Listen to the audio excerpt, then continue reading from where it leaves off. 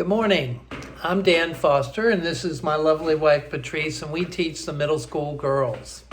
Today's lesson comes from Exodus chapter 15, verse 22 through chapter 17, verse 7, where we see the Israelites begin their journey from the Red Sea through the wilderness on their way to the Promised Land.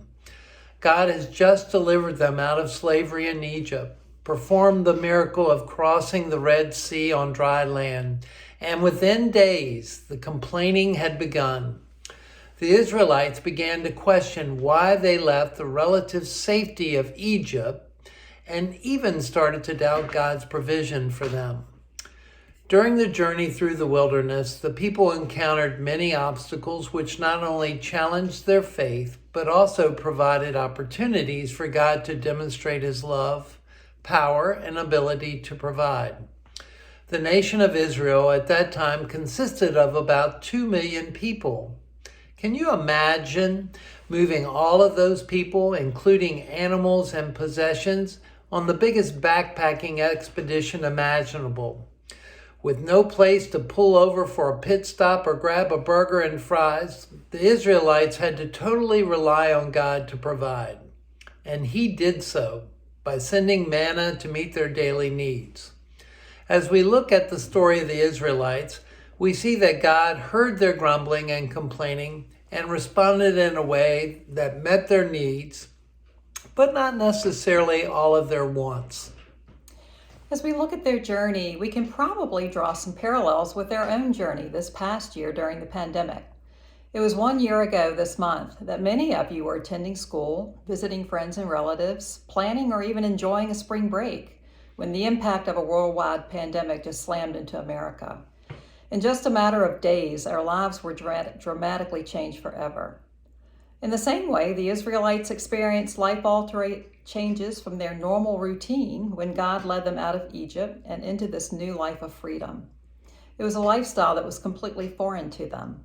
The Israelites had to learn to trust God as they were led into unknown places. And we too have to learn to trust in God's provision as He leads us into uncharted territory. Change is often difficult. Think over the past year. You may remember some changes and hardships that really tested you. Did you find yourself maybe grumbling and complaining a little bit? We confess that we've done some of that ourselves over what seems to be endless mask wearing, not being able to physically be with friends and relatives, limiting travel, and just simply missing vacations and eating out at restaurants. No doubt many of you are weary of the Zoom classroom and you yearn to get back to sports and other activities that you had to give up for the past year. Some of you may have been directly impacted even by the virus through the loss of a loved one or actually being sick yourself. We often feel as if we really do have quite a bit to grumble about.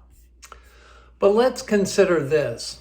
Where has God provided blessings for you during this difficult time? In our own circumstances, the pandemic period pushed us further into our neighborhood for exercise instead of going to the gym. As a result, we now know neighbors that we didn't know before.